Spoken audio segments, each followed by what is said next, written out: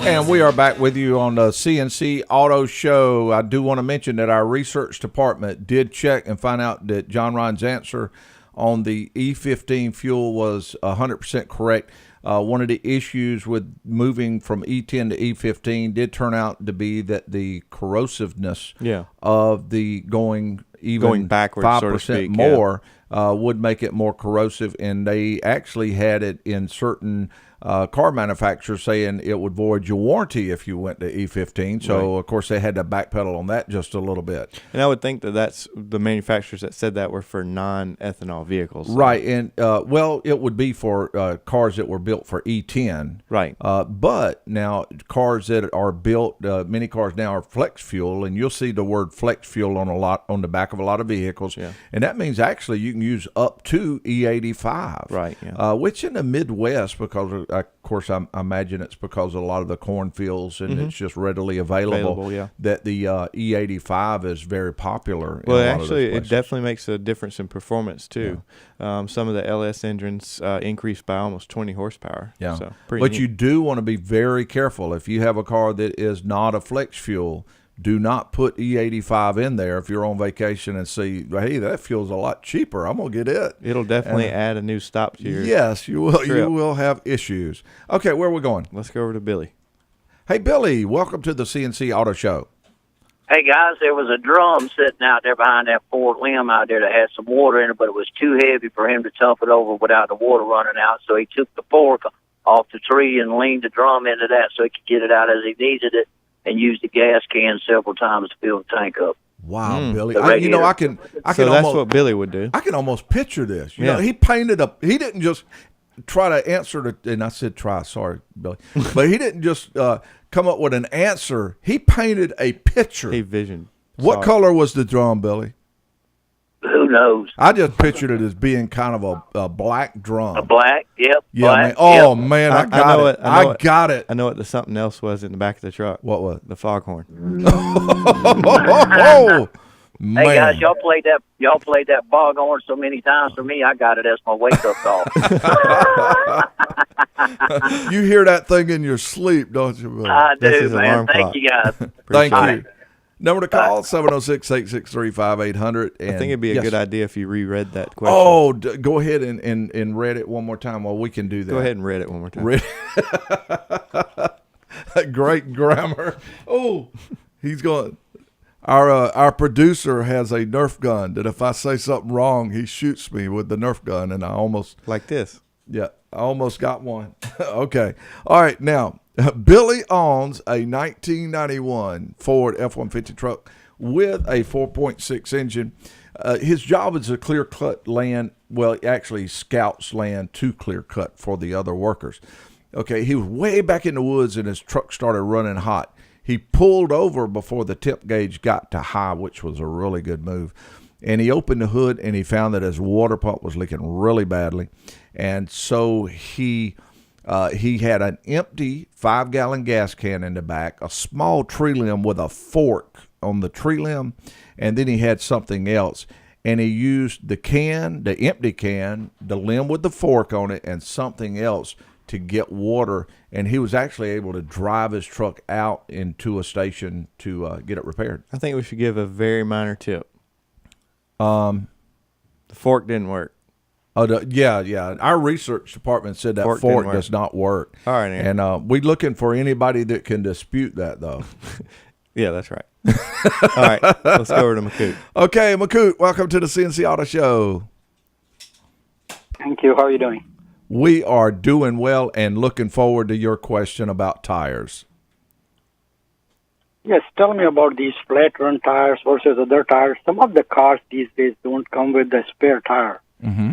And I have a situation where I need to replace my tire. Mm-hmm. And if you could talk about these flat run tires, does it give me any additional safety or no? So you're talking about the run. He said he has a situation where he needs to replace it. Makoot, you have a flat. Now, do you have run flats?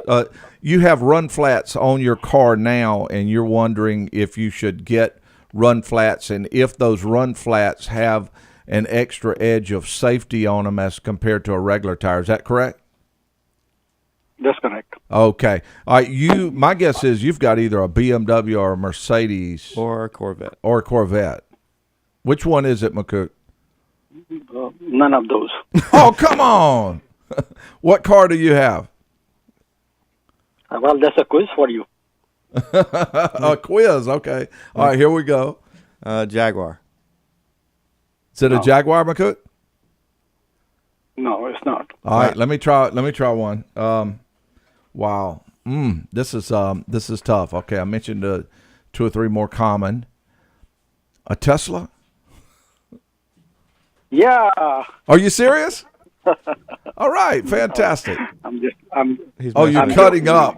You're not serious. Only other Yeah. one I can think of is a Chevy Vega. Now, okay, now I'm going to mention this part about tires. Now, McCoot, remember that I'm when gonna I do Makut a favor first. Oh, We were wrong. oh yeah, that one was for us, McCoot. That wasn't for you Okay. because we missed it. Man, that hurt too. I see what pain we put people through.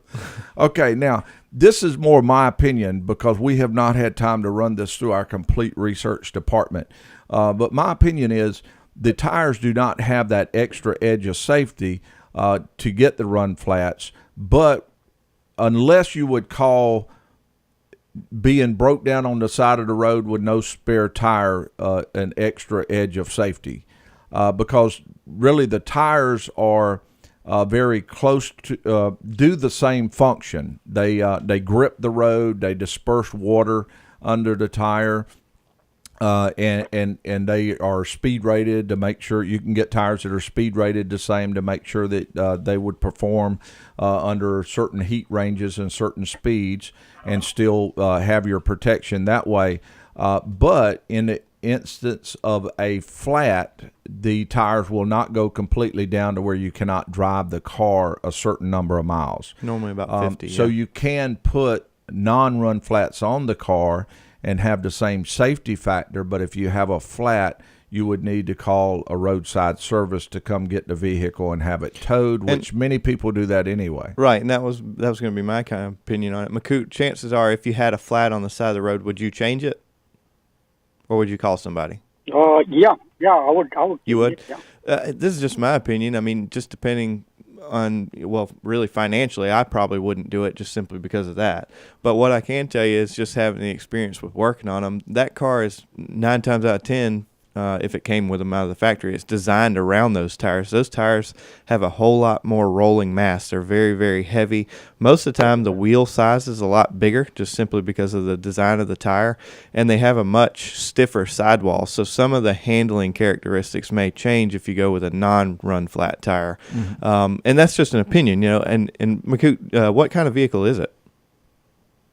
It's a Honda Civic. I have a Honda Civic, and one of the tire went flat, and it's almost 31,000 miles, and I Right. Oh, so whether your to car buy- did not originally come with run flats. No. You're just thinking about getting run flats instead of. So, yeah, so that, Yeah, I no, wouldn't do it. I wouldn't see that. Sometimes I like to keep the original tires on, like a BMW, Mercedes, things like that.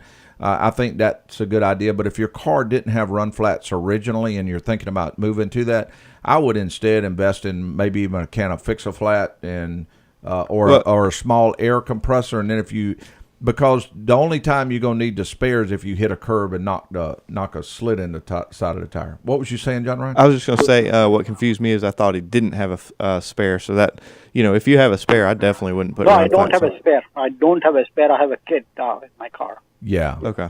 Yeah, I would I would get the Okay. regular tires, a good set of tires, good name brand that are speed rated correctly for the car, ones that are rated well to last a long time, and wouldn't spend the extra money on converting over to run flats. All right.